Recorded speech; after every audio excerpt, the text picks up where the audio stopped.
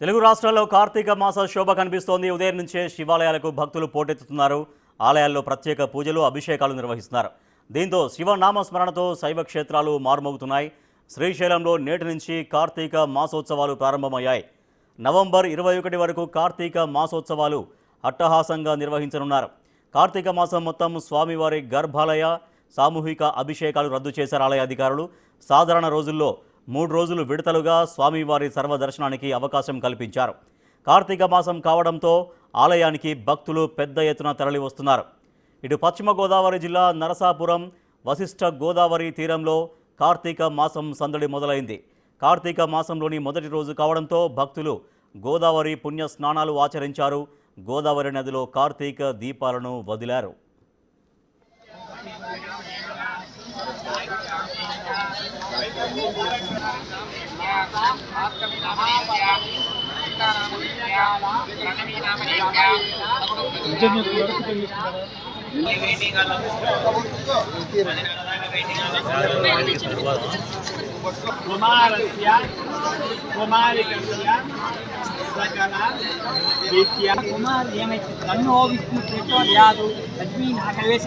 లక్ష్మీనారాయణాభ్యా నమః సువర్ణ మంత్రపుష్పం సమర్పయామి.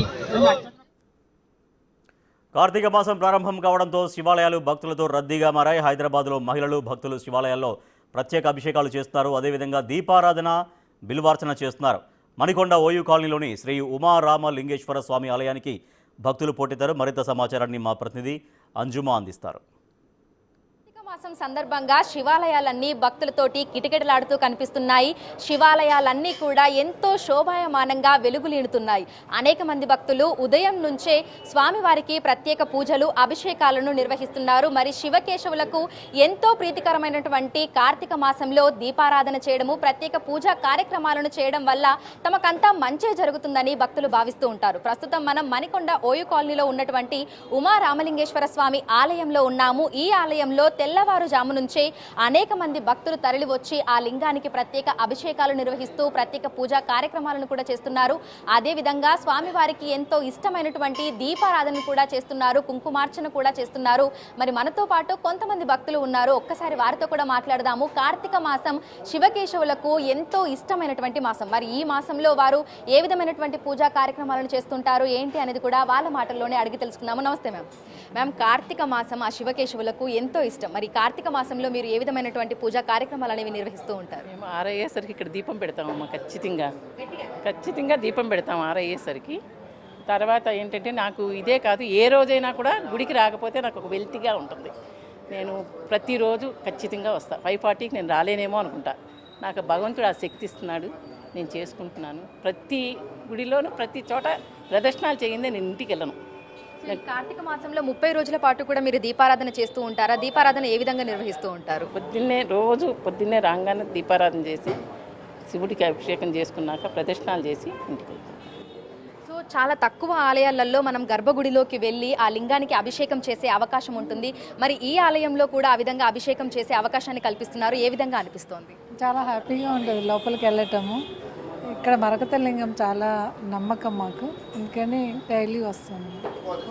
సో ఈ కార్తీక మాసం నెల రోజుల పాటు ఇక్కడ ఏ విధమైనటువంటి పూజా కార్యక్రమాలను నిర్వహిస్తూ ఉంటారు? కార్తీక మాసం ఈ నెల 22వ తేదీ నుంచి మొదలైంది. ఈ కార్తీక మాసంలో ఈ ఉమారామలింగేశ్వర స్వామి దేవాలయం ఓయూ కాలనీ నందు ఈ రోజు నుంచి మొదలై వచ్చే నెల నవంబర్ 21వ తేదీ వరకు కూడా కార్యక్రమాలన్నీ జరుగుతాయి.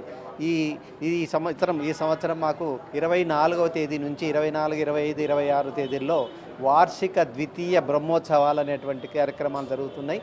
24వ తేదీ మొదలవుతుంది. మొదలైన తర్వాత 24 సాయంత్రము 5:30 గంటలకి 1,00,000 బిల్వపత్రాలతోటి స్వామివారికి అర్చన చేయడం జరుగుతుంది. ఈ 1,00,000 బిల్వపత్ర కార్యక్రమం కూడా భక్తులందరికీ కూడా అవకాశం, గర్భాలయ ప్రవేశం చేసి వాళ్ళతోటి స్వయంగా కూడా భక్తులతోటే స్వామివారికి కూడా బిల్వపత్రాలు ఇవ్వడం జరుగుతుంది. కాబట్టి భక్తులందరూ కూడా చాలా బాగా వితోదికంగా రావాల్సిందిగా కోరుతున్నాం. 24, 25, 26 తేదీలో 26వ తేదీ మధ్యాహ్నం 12:30 గంటలకి వార్షిక కార్తీక మాస వనభోజనాల కార్యక్రమాన్ని కూడా ఏర్పాటు చేయడం జరిగింది భక్తులందరూ కూడా. తర్వాత సాయంత్రము మధ్యాహ్నం కళ్యాణం జరుగుతుంది. సాయంత్రం వచ్చేసి 6 గంటలకి కాలనీలో ఓయూ కాలనీలో పల్లకి సేవ కూడా ఏర్పాటు చేయడం జరుగుతుంది. కాబట్టి భక్తులందరూ కూడా ఈ చుట్టుపక్కల ఉన్నటువంటి ఓయూ కాలనీ, తర్వాత మణికొండ, పుప్పాలగూడ, తర్వాత నార్సింగ్, ఈ పంచవటి కాలనీల నుంచి కూడా భక్తులందరూ కూడా ఇతోధికంగా వస్తున్నారు. వాళ్ళందరికీ కూడా గర్భాలయ ప్రవేశం కల్పిస్తున్నాం. గర్భాలయ ప్రవేశం చేసిన తర్వాత పాలాభిషేకము, జలాభిషేకం కూడా ఏర్పాటు చేయడం జరుగుతుంది. అంతేకాకుండా ఈ కార్తీక మాసంలో వచ్చే ప్రతి సోమవారం కూడా సాయంత్రం 5:30 గంటలకి 1,00,000 బిల్వపత్రాలతో 4 సోమవారాలు కూడా ఏర్పాటు చేయడం జరుగుతుంది. అంతేకాకుండా భస్మాభిషేకము, తర్వాత రుద్రహోమము, ఇవన్నీ కార్యక్రమాలన్నీ కూడా ఏర్పాటు చేయడం జరుగుతుంది. కాబట్టి భక్తులందరికీ విన్నపము, మీ అందరూ కూడా వచ్చి ఈ యొక్క సదవకాశాన్ని వినియోగించవలసిందిగా మరీ కోరుతున్నాం. ఆ తర్వాత వచ్చేసి ఈ దేవాలయం ప్రత్యేకత ఏంటంటే దేవాలయం అంతా కూడా రాతితోటి కట్టడం జరిగింది. గర్భాలయము, తర్వాత ముఖమండపము, తర్వాత పైన గోపురము, అంతేకాకుండా వినాయక సోమవారము స్వామివారికి శివుడికి, మంగళవారం సుబ్రహ్మణ్య స్వామికి, బుధవారము వచ్చేసి వినాయక స్వామికి, బేస్తవారము మేధా దక్షిణామూర్తికి, శుక్రవారము వచ్చేసి అమ్మవారికి, శనివారం వచ్చేసి అభయాంజనేయ స్వామికి, ఆదివారం కాలభైరవుడికి ప్రతిరోజు కూడా స్వామివార్లకి ప్రత్యేకమైనటువంటి పూజా కార్యక్రమాలను ఏర్పాటు చేయడం జరుగుతుంది. కాబట్టి జరుగుతుంది. అమావాస్య రోజు కాలభైరవుడికి కూర్మకుండ పుష్పాలంకరణ జరుగుతుంది. కాబట్టి పుష్పాండ దీపం ఏర్పాటు చేయడం జరుగుతుంది. కాబట్టి అందరికి రావాల్సిందిగా కోరుతున్నాం. అంతేకాకుండా కార్తీక మాసంలో సాయంత్రం 6 గంటలకి ప్రతిరోజు కూడా ఆకాశ దీపం అనేది ఏర్పాటు చేస్తుంది. ఆకాశ దీపాన్ని చూసినట్లయితే మన చేసినటువంటి పాపాలన్నీ కూడా హరించకపోతాయని చెప్పేసి ఒక ప్రగాఢమైనటువంటి విశ్వాసం భక్తుల్లో ఉంది. కాబట్టి భక్తులందరూ కూడా ఈ సదవకాశాన్ని వినియోగించుకోవాల్సిందిగా మరీ కోరుతున్నాం. శివాలయాలన్నీ కూడా భక్తులతోటి కిటకిటలాడుతూ కనిపిస్తున్నాయి. ఆలయాలన్నింటినీ కూడా ఎంతో సుందరంగా మంచిగా ముస్తాబు చేయడం కూడా జరిగింది. ఇక గర్భగుడిలో చూసినట్లయితే కూడా తీరొక్క పూలతోటి ఎంతో అందంగా అలంకరించారు. చిన్న పెద్ద తేడా లేకుండా ప్రతి ఒక్కరూ కూడా గర్భగుడిలోకి వెళ్ళి ఆ లింగానికి అభిషేకం చేసి ఆయన్ని దర్శనం చేసుకొని ఎంతో ప్రశాంతమైనటువంటి ఆ మనసుతోటి వాళ్ళందరూ కూడా బయటకు వస్తున్నారు. ఈ ఆలయంలో లింగానికి స్వయంగా తామే అభిషేకం చేయడము ఎంతో సంతోషంగా ఉంటుంది అని కూడా భక్తులు చెప్తున్నారు. వీడియో జర్నలిస్ట్ నరసింహతో అంజుమ, బిగ్ టీవీ, హైదరాబాద్.